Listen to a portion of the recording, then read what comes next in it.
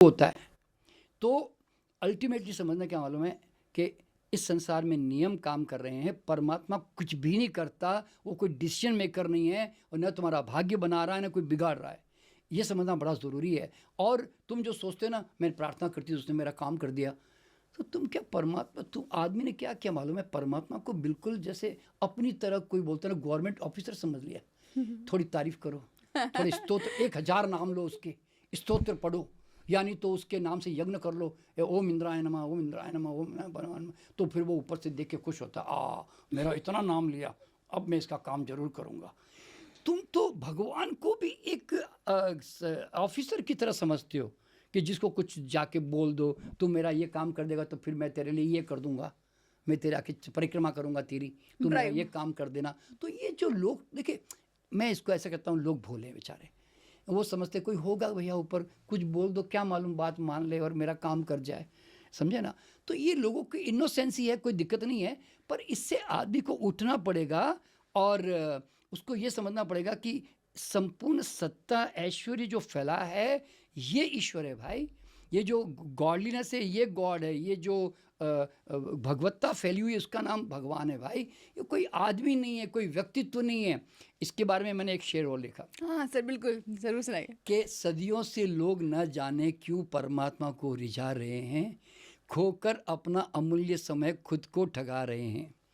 अरे परमात्मा कोई व्यक्ति नहीं जिसे खुशामद का इंतज़ार है, परमात्मा तो प्रकृति का नियम है जिस पे चलना ही सच्चा उपचार है। नहीं वाह। तो भाई तुम सालों से मनाए जा रहे हो एक अनजान जो है, दिखता नहीं, कुछ करता नहीं, और जबकि है हर एक में रमा हुआ है, तुम्हें वो तो दिखता नहीं है और तुम कहीं और खोजते रहते हो आदमी के रूप में। मैंने उसके ऊपर भी एक शेर लिखा कि सब कुछ मिला हुआ है, क्या तुम खोजते हो, पानी में डूबकर भी पानी को खोजते हो। और जैसे कि मैंने बताया कि ये सारा संसार नियमबद्ध है, तो मैंने एक उसके ऊपर एक बड़ी अच्छी कविता लिखी कि धरती को क्या बीज से नाता, जैसा बीज को बोया जाता उसी स्वभाव गुण धर्म को लेकर कड़वा मीठा फल बन जाता। कुदरत का कानून है धरती, कर्म तुम्हारे बीच, एक बीज के फल हजारें, हजार फलों के लाखों बीज। कहे नंद नहीं कोई जगत में नरक स्वर्ग को देने वाला, नर्क स्वर्ग हम स्वयं रचते, पल पल जैसा बीज को डाला। आहार व्यवहार विचार से हर पल बीज जो बोए, पल पल फल बनता गया, अचानक कुछ ना होए। कहे नंद जागे रहो, सचेत रहो हर पल, इस पल बोया बीज ही फल लाएगा कल। भाई वाह सर, ये तो गजब की लाइंस थी। और मतलब मुझे हैरानी है, आपको याद भी रहती हैं पूरी की पूरी। ये भी आपने सबकॉन्शियस प्रोग्राम किया सबकॉन्शियस में डाला। होगा। तो कहने का मतलब क्या होता है कि मुझे ये बात समझ में नहीं आती। मैं जब लोगों को देखता हूँ ना, जैसे एक घर में आपके दुर्गा की मूर्ति है, कृष्ण की मूर्ति है, आप रोज़ पूजा करते हो, फिर भी उसके बावजूद आप क्या कहते हो, ये वाला कृष्ण भगवान नहीं जी, वो वाला जी द्वारका जाके दर्शन करूँगा जी, ये वाली दुर्गा नहीं जी, वो वाला जी वैष्णो देवी जाऊँगा वहाँ, वो वाली दुर्गा जी। क्यों भाई, तुम भगवान में ऐसा क्यों डिफरेंस करते हो? अरे देखना है तो तुम्हारी उस मूर्ति में सब कुछ, सारे चारों धाम वहाँ है भाई, तुम वहाँ जाके क्या कर लोगे, इसमें कोई शक नहीं है। हर एक मंदिर ऊर्जा का क्षेत्र होता है और अच्छी जगह है, ऐसी कोई दिक्कत नहीं है, और घूमने फिरने के हिसाब से ठीक बात है, बच्चों को लेके जाना है, मान लो परिवार को। लेकिन सवाल क्या होता है, अगर तुम भगवान की बात करते हो तो फिर तुम्हें कहीं भागने की जरूरत नहीं भाई, हर कदम कदम पर है। और तुम्हारा भगवान ये मूर्ति तक ही क्या सीमित है भाई, तुम मंदिर में जाकर मूर्ति के अलावा तुम कहीं हाथ जोड़ते ही नहीं। अरे तुम मूर्ति तो चलो एक निर्जीव है, तुम बाहर आकर जो जीवंत परमात्मा चारों तरफ जो बिखरा हुआ है, तुम्हें बाहर जाते ही हवा टच कर रही है, धूप टच कर रही है, तुम्हें पेड़ पौधे नज़र आ रहे हैं, जीव जंतु नज़र आ रहे हैं, लोग नज़र आ रहे हैं, तुम उनको तो जाके हाथ जोड़ते ही नहीं कभी। बाहर आते ही तुम फिर हाथ नहीं जोड़ते, तुम हाथ जोड़ना हाथ जोड़ने की मंदिर जगह तक एक ही खत्म, है, बस बस। तो मैं यूँ कहता हूँ, जब तक तुम्हें कण कण में, अणु अणु में परमात्मा अनुभव करने की तुम्हें प्रैक्टिस नहीं होगी ना, तब तक तुम्हारा भगवान हमेशा भ्रम में ही रहेगा और तुम्हें मिलेगा कभी नहीं, तुम जरूर भ्रम में जीवन को जी जाओगे। तो इसीलिए मैं कहता हूँ, feel the God in everything, और उससे भी सबसे पहले क्या मालूम है, अपने अंदर महसूस करो। देखिए, मैं सुबह हम लोग घूमने जाते हैं तो एक दुर्गा का मंदिर हमारे रास्ते में पड़ता है, तो मैडम और मेरे बच्चे साथ में जो होते हैं वो सब वहाँ खड़े होकर प्रार्थना करने लग जाते हैं।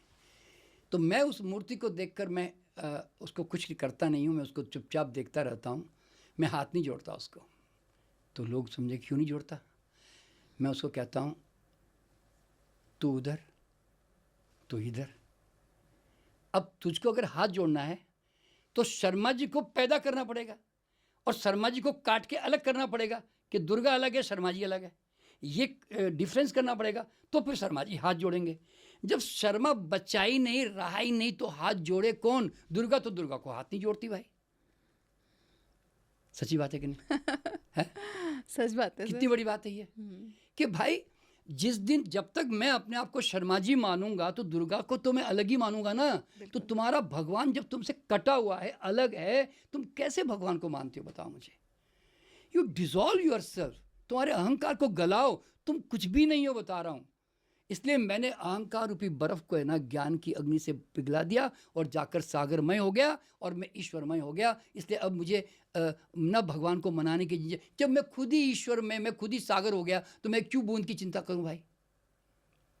तो सवाल यहाँ पे क्या पैदा होता है कि हर आदमी जब तक अहंकार को मेंटेन करेगा उसका भगवान हमेशा बाहर रहेगा, और जिस दिन अहंकार पिघल गया, खत्म हो गया, उस दिन उसका भगवान, मतलब वो खुद भगवान ही बन भगवान हो जाएगा, जाएगा। ईश्वरमय हो जाएगा, और फिर उसकी खोज समाप्त हो जाएगी। तो मैं यूँ कहता हूँ कि ईश्वर खोज का विषय नहीं है, होश का विषय है।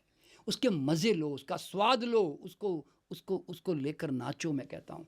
तो इसलिए मेरे जीवन में सबसे बड़ी मुक्ति क्या मालूम है? मुझे भगवान को मनाने की झंझट ही नहीं है। मुझे हाथ जोड़ा कि नहीं जोड़ा, मैं मंदिर से निकल गया तो अरे कोई उसने देख लिया, इसने हाथ नहीं जोड़ा तो कम मेरा काम बिगाड़ देगा, ये सब जो डर है ना लोगों के दिमाग में, ये सब है ही नहीं मेरे दिमाग में। तो मतलब कहीं ना कहीं जाकर हर आदमी को ये समझना बहुत ज़रूरी है। देखिए जनरली जितने भी संत महात्माओं की बातें सुनते हैं ना, ये सब लोग क्या कहते हैं? इस दुनिया में धर्म ध्यान पूजा पाठ इसलिए करो जी कि संसार में वापस नहीं आना।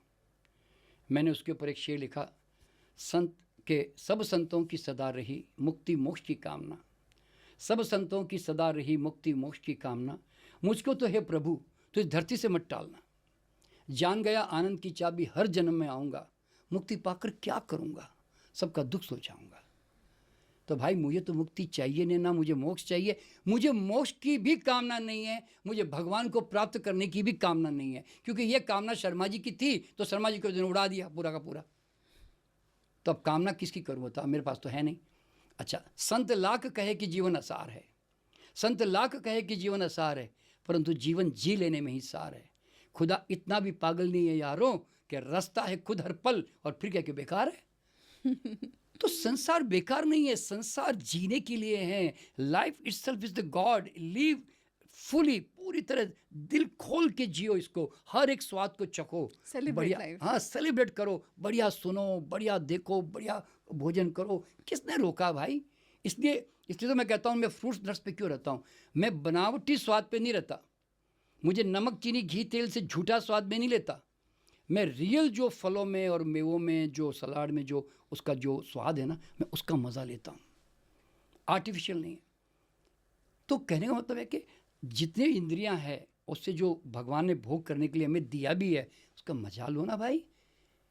इस तरह तो मतलब द वर्ल्ड तुम्हें भेजा ही इसीलिए है, तभी तो संगीत बना, चिड़िया बनी, मोर बने, है ना, फूल बने। ये किस लिए बने? चांद सितारे बने, किस लिए बने? भाई तुम्हारे लिए बने भाई। You enjoy this world is for you. और सर, और आपने